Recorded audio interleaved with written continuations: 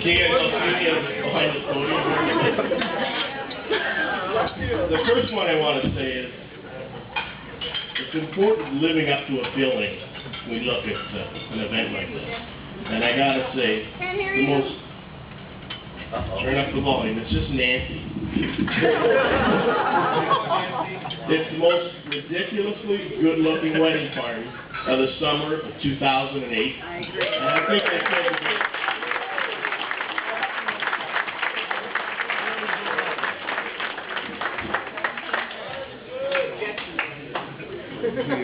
I'd like to welcome everybody tonight, obviously on behalf of my family and all our friends and family on the roadside to a great event like this. But I want to talk first about my son. Affectionately, and by the way, if I get emotional, you'll see where my son's got it from today. Affectionately known as Lumpy. I really get a chance to say publicly how proud I am of him. About the man he is,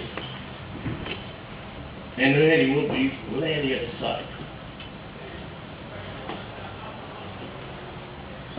Gwen and I find it amazing when you raise two kids, and they come out completely and totally different.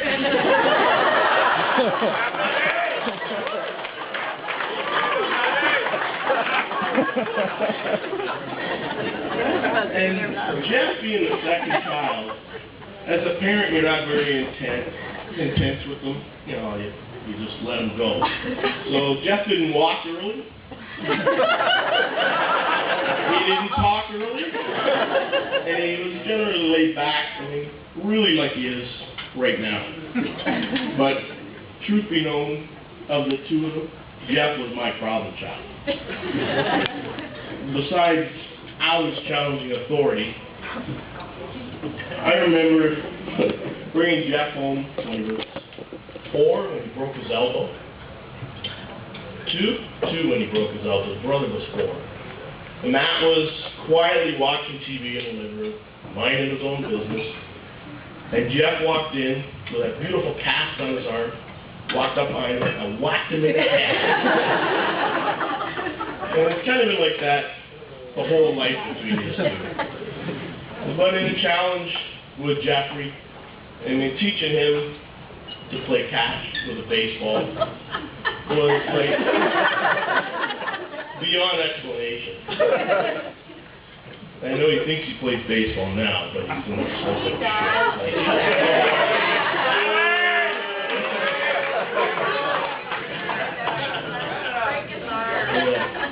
But when Jeff was little, he would throw the ball, and I would make him run and get it, because he never came within 10 feet of me. So it was constantly throw the ball, run down the street, drop the ball, bring it back. And his hockey career started similarly. We used to play in the basement every single night. And it probably took Jeff 4 years to figure out when you run through a doorway, you have to turn your stick upright. He had a bruise on his stomach probably for 4 years. Never figured it out. But truly, the adventure of a lifetime with Jeff was teaching him how to ride a bike. I faithfully, and I have actually 0 patience. Very patient, yeah. But I faithfully went out with this kid every night. And just doing like a regular father, running down the road, holding the seat, taking and teaching my right leg. And Jeff would slam on those brakes and impale me 3 out of 4 times. And I remember one night in particular when he did almost killed me. I carried his bike home on my shoulder, and I walked up and I threw it against the shed over. Yeah. And then I didn't want to practice. Yeah. Then I had visions of teaching him to drive. Anyway, I mean, as he grew up as well, Jeff was much the sweatpants and running shoes kid. And as most of you friends of Jeff know, he still has that fetish for running shoes. And he still has his pants hanging off his ass. And Andy, I really wish you luck with training that one. Not gonna happen. But in that was Jeff's development. I want to give special thanks to my lovely wife, who truly is my better half. She's such a kind, loving woman. And I tease her often that she's so much nicer than me, but pray she is. And she really deserves it.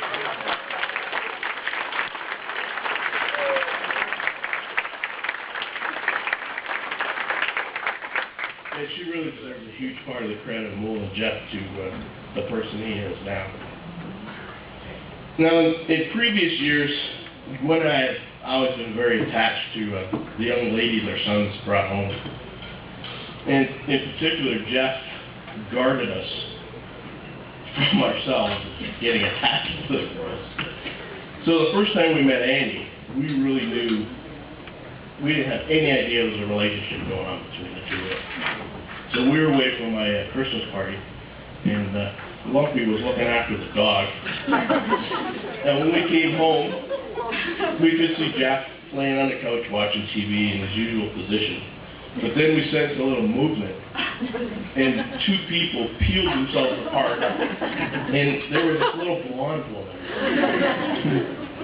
So that was our first introduction to Annie. And I think really the first thing you notice about Annie, I mean, besides being a gorgeous young lady when she walks towards you, it's got to be the walk.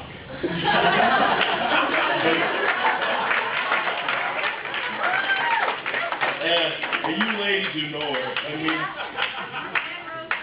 oh, exactly. Like, this young, confident woman shoulders back. And, like, I can't really do it, but she stomps.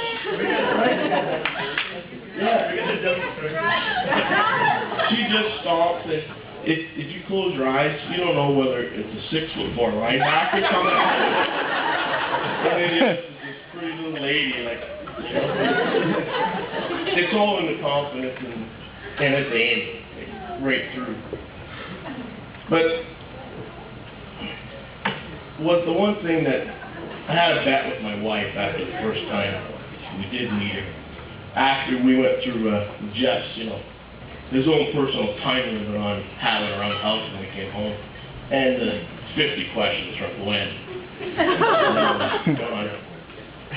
What I think Jeff didn't really count on at that time when we met Andy is the warmth, her kindness, her openness, and the affectionate person she is. And when they left, I told Gwenny Jeff was done. I said he'd met his girl, and I bet her that they'd be getting married. And that was the first time I met her. And I'm actually going to collect on that bet later on.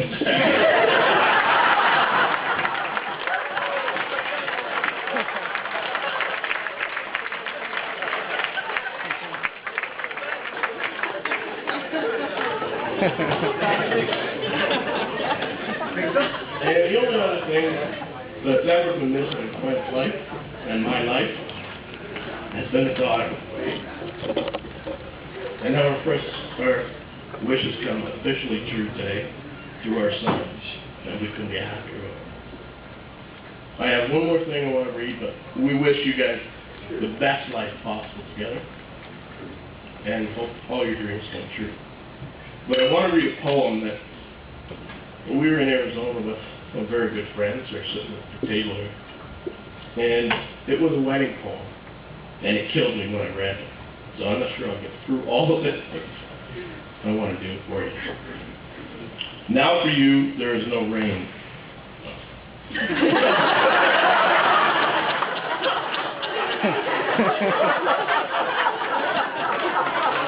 Okay.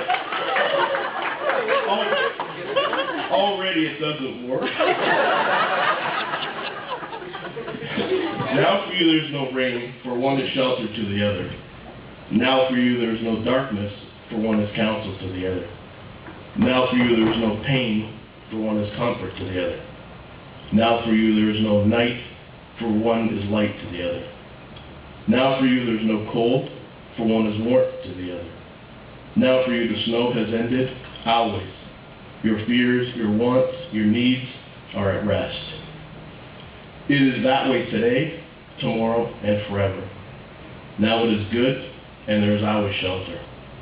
And now there is always one. And now there is no loneliness. Now, forever, forever you are as one. There are two bodies, but now there is only one heart in both. And you are as one person.